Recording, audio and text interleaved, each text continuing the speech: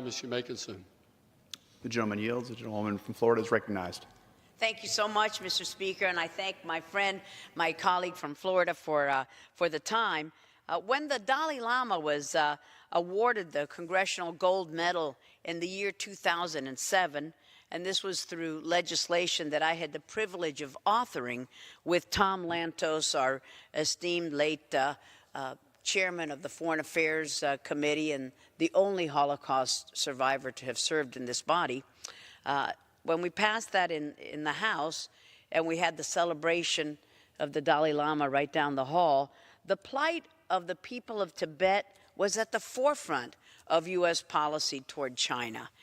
But in the years since, as China has gained both in strength and in power, I have grown increasingly worried that Tibet has been pushed to the periphery, to the edges. It's an afterthought.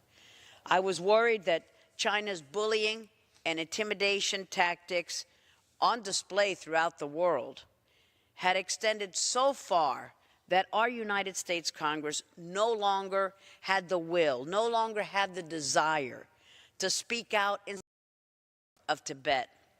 But with this bill, Mr. Speaker, authored by my good friend and my colleague, Congressman Jim McGovern, we are finally reversing that trend. We are sending a clear message, a true signal to the regime in Beijing that the United States has indeed not forgotten about the people of Tibet, that Congress will not accept Beijing's bullying and its intimidation, and that we will stand up in support of human rights for the people of Tibet.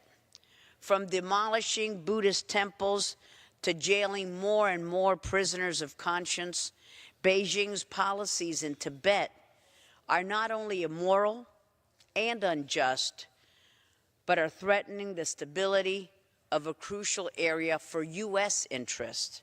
So we must put pressure on China to stop its repression.